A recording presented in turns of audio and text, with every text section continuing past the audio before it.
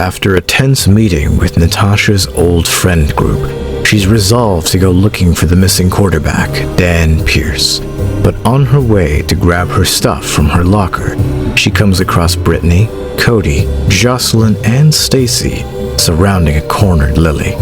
Great! Like tonight wasn't bad enough. Okay, but seriously, this stalker thing is getting a little old. That's not what Come on, I think her little love note was kinda sweet. Cody holds up a piece of notebook paper, his mocking voice echoing in the empty hall. I don't understand what I did to make you hate me. Where's the kind, sweet girl who braided my hair for the middle school dance? Oh, is that true, Brit? Were you and the widow not best friends? Real mature, guys. Brittany snatches the letter from Cody, tearing it in the process. She rounds on Lily, her face red with fury. Guess you didn't get the message this morning, so let me spell it out for you. This sad little crush of yours was funny for a while, but now it's starting to get on my nerves. I'm sorry. I just wanted to. Brittany, let's just go. I'm sure she... I'm not done talking. Whatever creepy daydreams you have about me, you're going to throw them out the window. Because to me, you're never going to be anything other than a pathetic basement dwelling. Hey! Leave her alone! High school's hard enough without you and your pet vultures preying on everyone. Brittany stops mid-sentence. She turns, her snarl turning into a sneer. Oh, good. Natasha the White Knight is here to save poor Lily. Well, if I'm the White Knight, I guess that makes you the evil witch. Natasha, you don't have to do this. Just go. For once, we agree on something. I think I've had enough of Natasha's sass for one day. Cody? Cody steps forward, grinning wickedly. Come here, I want to show you this really cool thing I found in the cafeteria dumpster. No, I've got this. Stacy grabs Natasha by the elbow, steering her away.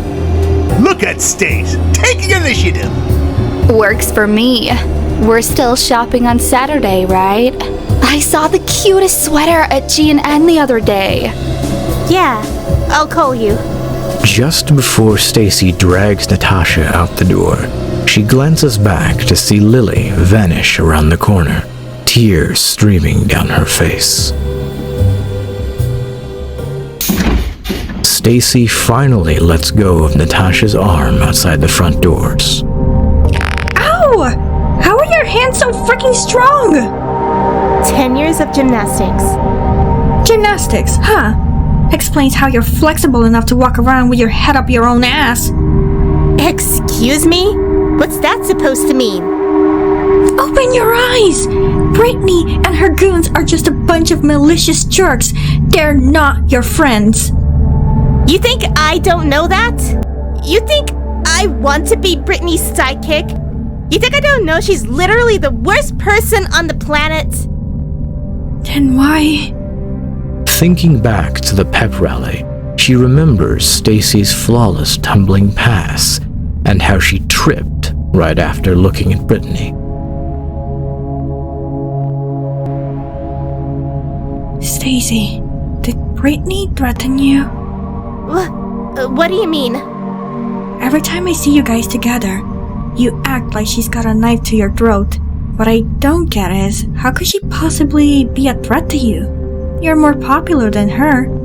Your family's well off. That just means I've got more to lose. Stacy goes quiet for a long moment, suddenly glancing over her shoulder. Stacy, you can trust me. Whatever it is, I just want to help. Stacy turns to Natasha, and she really looks at her for the first time, seeing the shadows beneath her eyes that concealer can't quite erase. Brittany's blackmailing me. What?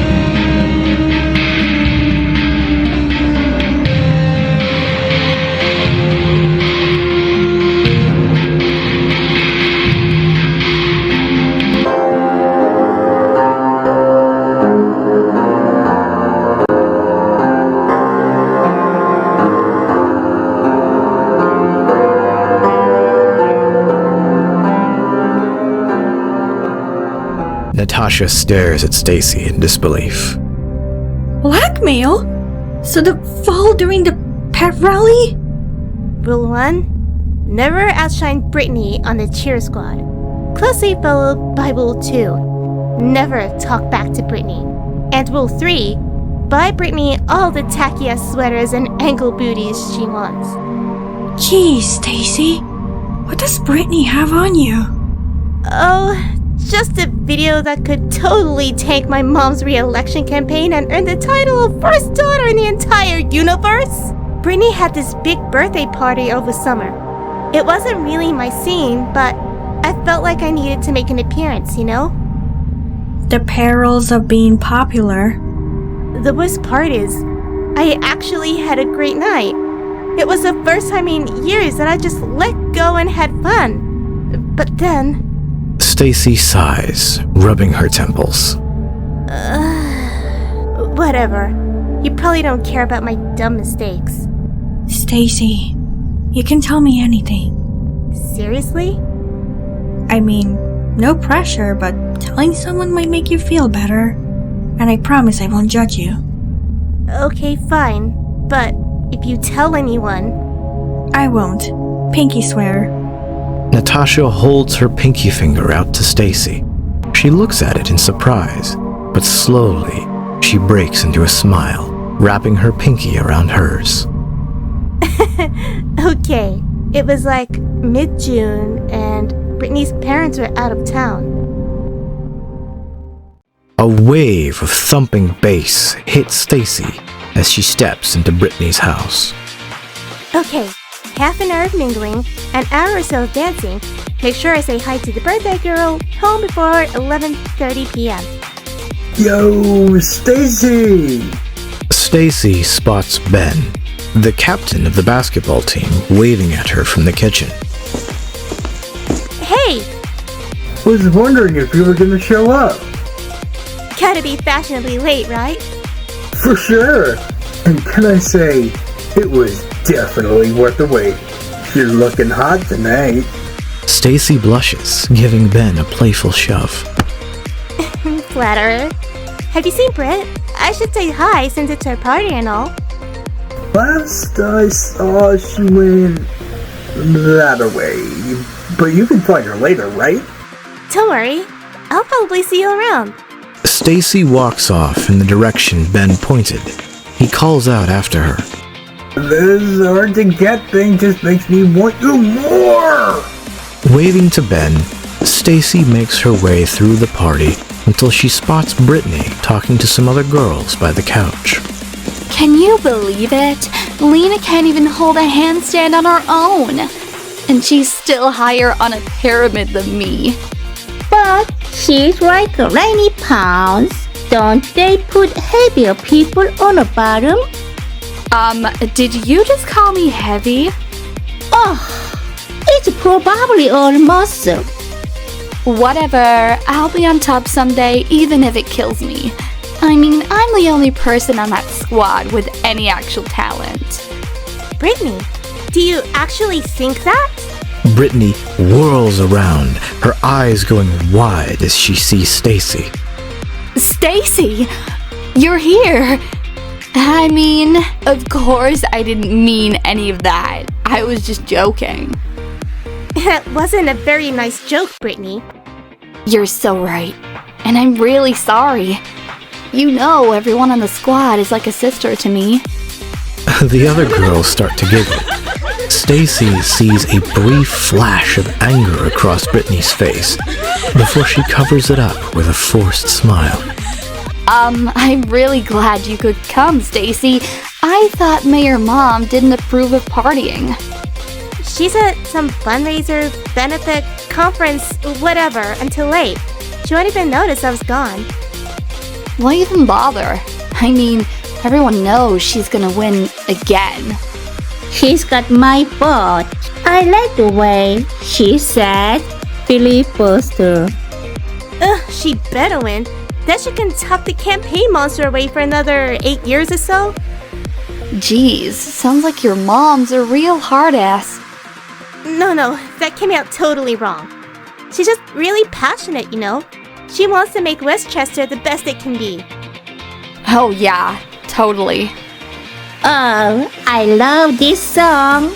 Let's go dance. Sure, I can only stay a little while though. Well, then let's make this dance count. A couple of hours later, Stacy is still laughing and shimmying on the dance floor. Woo! Check this out. Brittany does a slow body roll, shooting a coy look at some guy across the room. Oh yeah? Stacy drops down low, whipping her ponytail in a circle as she bounces back up again. Yes, here it stays. Yeah, party girl. Aren't you glad you stayed? Huh? Stacy glances at her watch, realizing it's almost midnight. I gotta get home! Mom's gonna kill me! Aw, ooh, I like party stays. Grabbing her purse, she waves to Brittany and starts heading for the door. On her way out, Stacy spots Ben talking to Cody by the stairs. She heads over to say goodbye, but pauses when she hears Ben say her name. So, Stacy's single, right? Pretty sure. You into her? Maybe.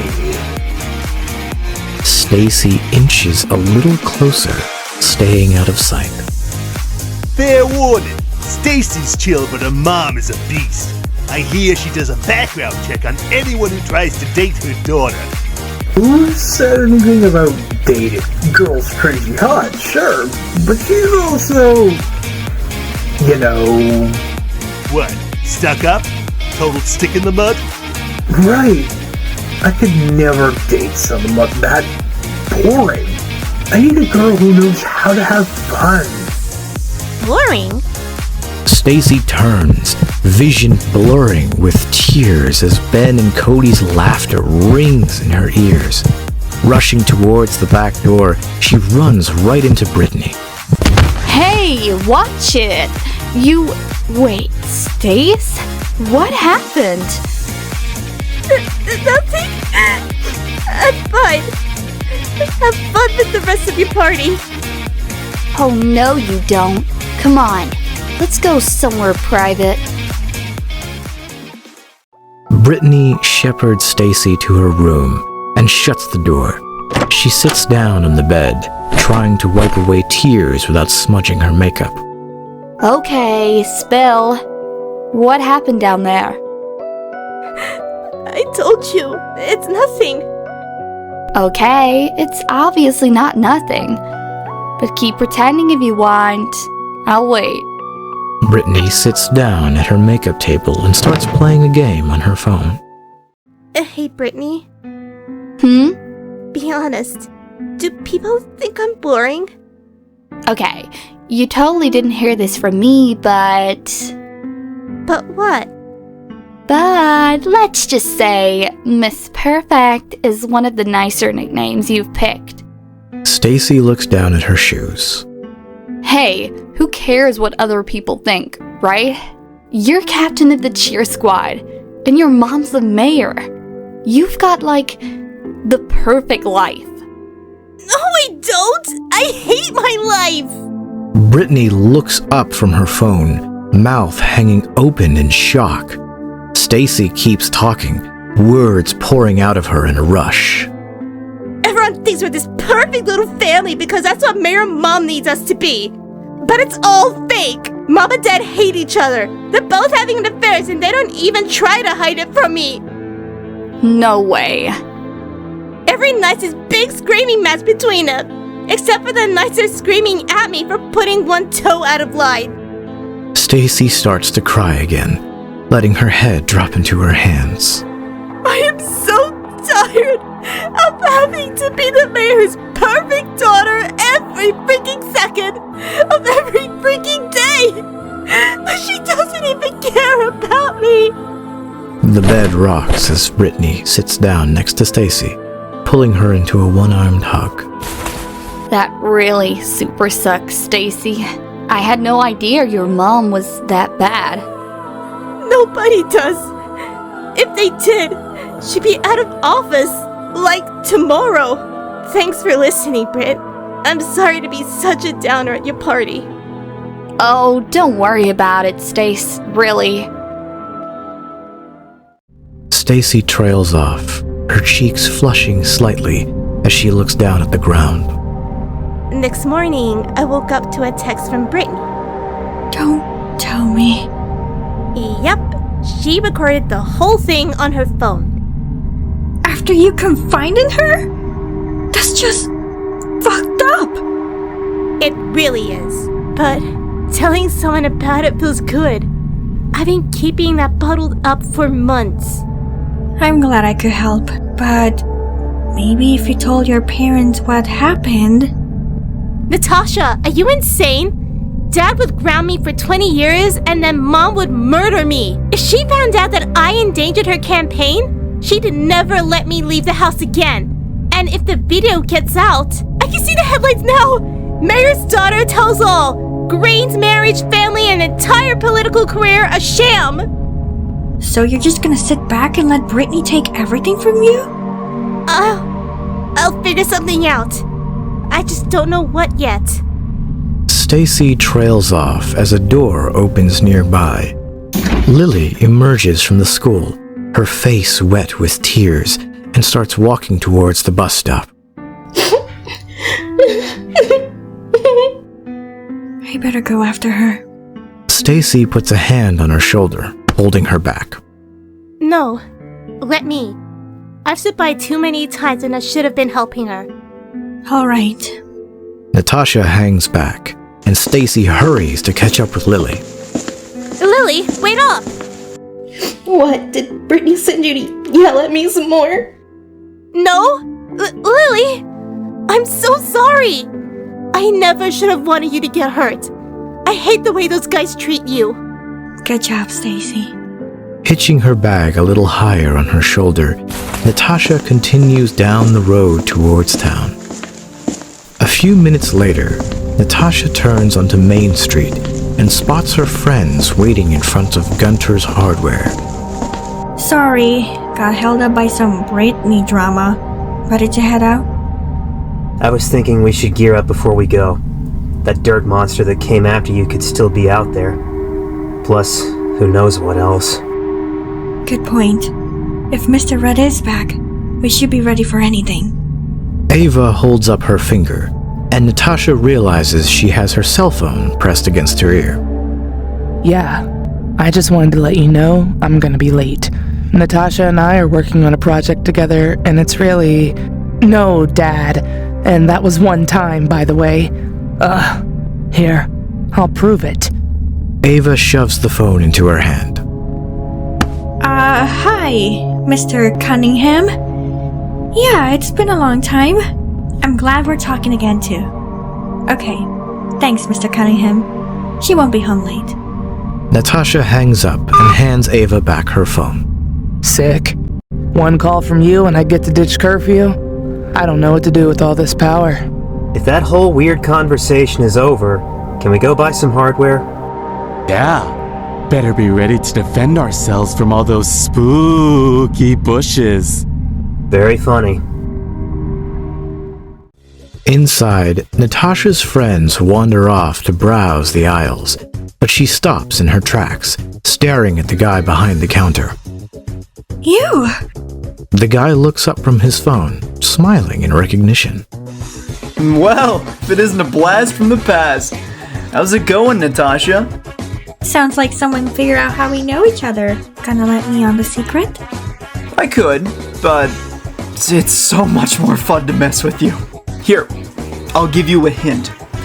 I figured out who you were when my sister mentioned that you helped around the pep rally this morning. At the pep rally?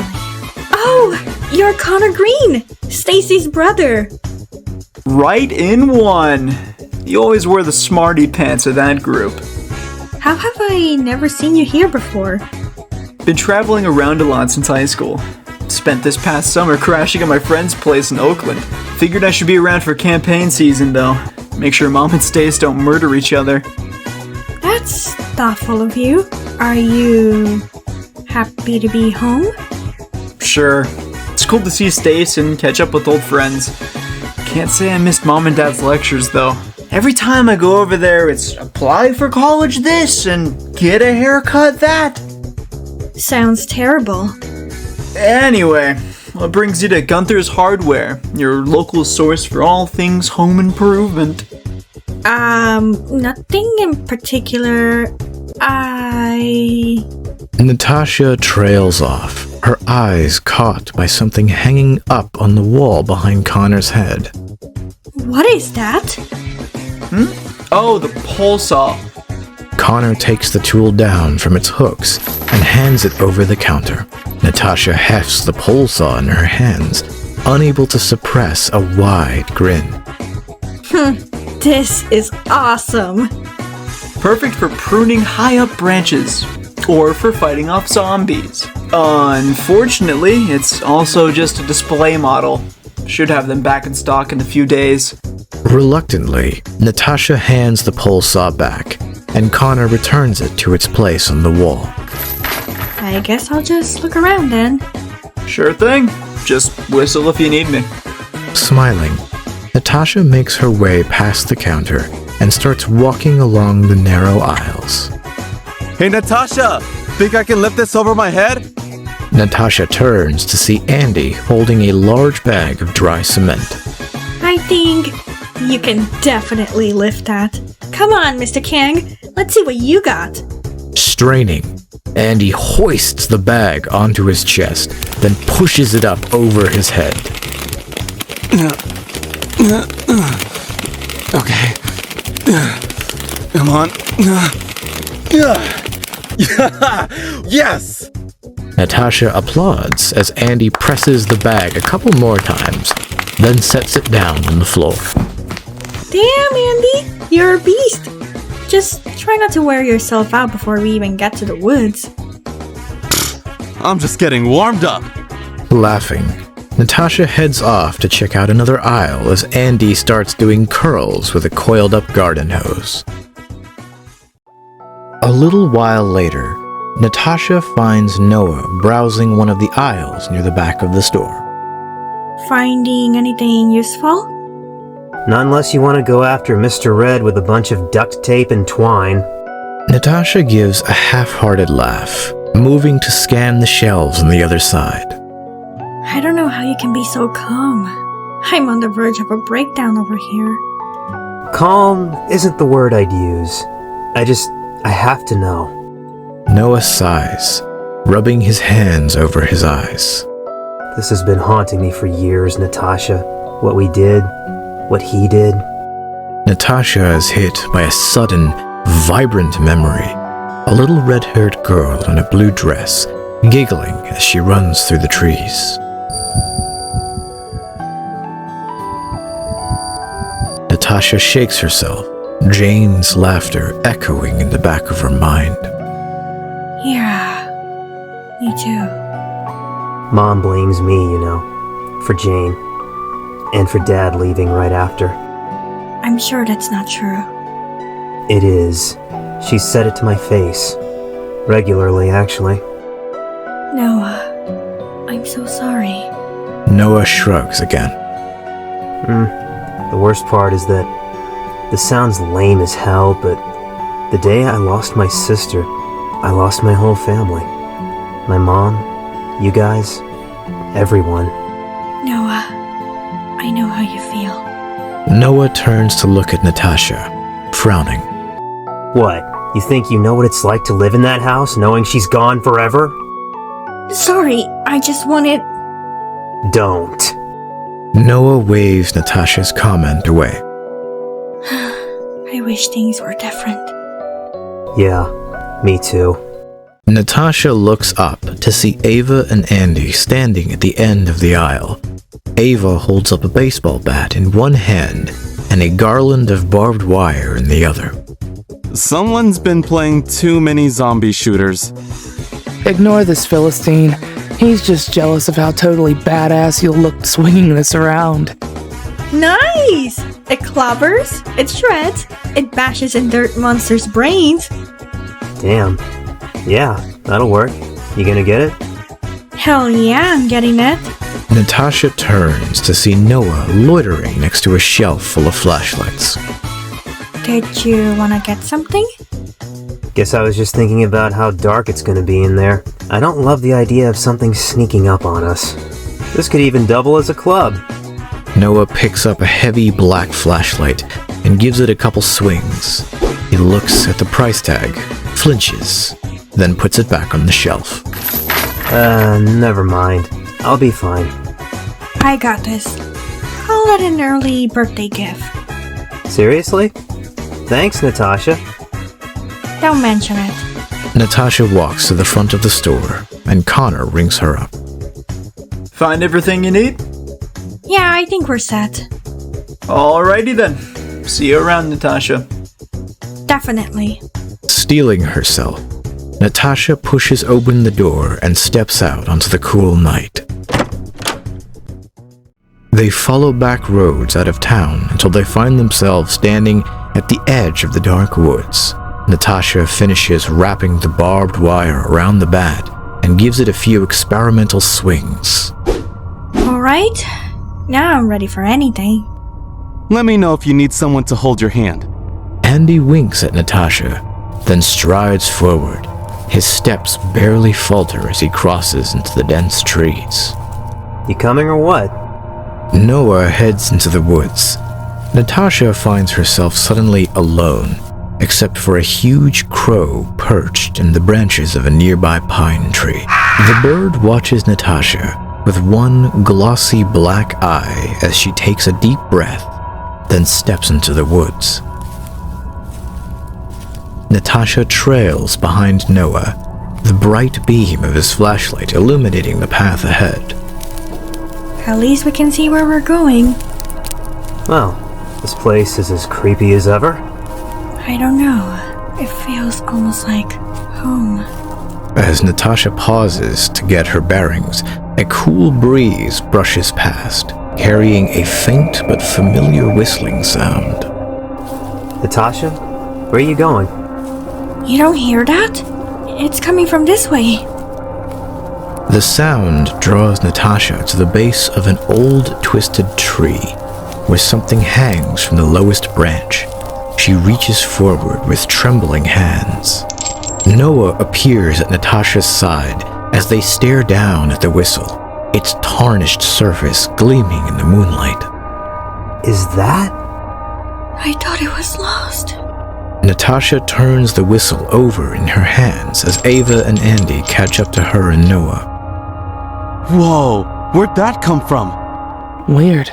Suddenly, Natasha's vision blurs, and the scenery changes, and everything is white. Natasha sees a child huddled into a small ball, her hands weakly grasping her knees. Noah, Natasha, help me. Natasha snaps back when Noah, Ava, and Andy call out to her. Huh? What?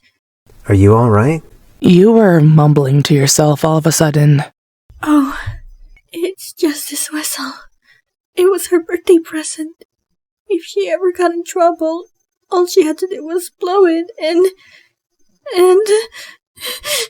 Natasha stops short, tears welling up in her eyes. Luckily, Noah interrupts, giving her time to compose herself. You hear that? Natasha stops speaking, and her instincts activate. She hears the wind moving through the trees, and something else moving too. I think something's coming. I don't know what it is, but be ready. Natasha jumps, nearly crying out as Noah suddenly grabs hold of her forearm. Don't move.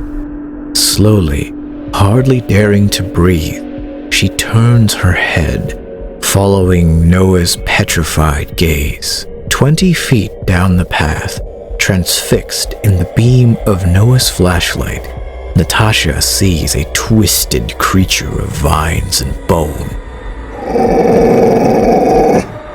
That's not a dirt monster. That's a skeleton. A walking skeleton.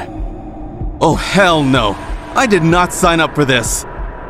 The creature advances, a gob of sticky, yellow saliva dripping from its jaws. Natasha, what do we do? The creature barks, lunging forward. In one quick move, Natasha takes the wired bat and swings it at the creature. Everyone, run! Panicked, they bolt into the trees, her friends crashing through the branches and undergrowth on either side.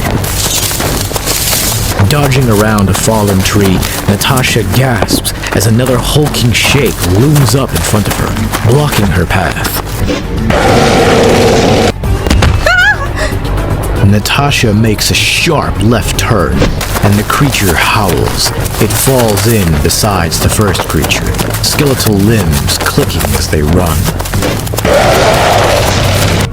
Natasha, we need to turn around. We're heading straight for the ruins. Crap, you're right! Come on! They move to the right, and one of the creatures surges forward, forcing them back onto the path. I think they're hurting us! They want us to go to the ruins!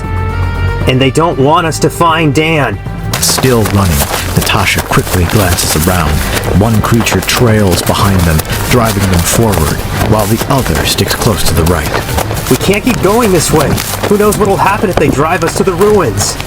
You have a better idea? We should go to the right. That's the way they're trying to block. Okay, that makes sense. Ready? Now! Steeling themselves, they make a sudden, hard turn to the right, dodging past the mossy creature. The mossy creature snaps at them, but misses. Covering their faces, they crash through a thick wall of bushes and find themselves in a quiet, moonlit clearing. They double over, panting as they skid to a stop. Yo, we've got to keep moving. Those freaky skeleton things are right behind us. We need to find Dan. Fast. What if those things are after him too? Yeah, about that. They follow her gaze and see another skeletal creature across the clearing, crouching over a still figure lying in the dirt. Oh my god. Dan? Hey! Get away from him! The creature lets go of Dan's leg and lifts its head to snarl at them. They hear answering growls from all around, and suddenly the woods are all full of burning amber eyes and glistening teeth. Natasha's fist tightens around the wired bat, glittering wickedly in the moonlight. Get ready.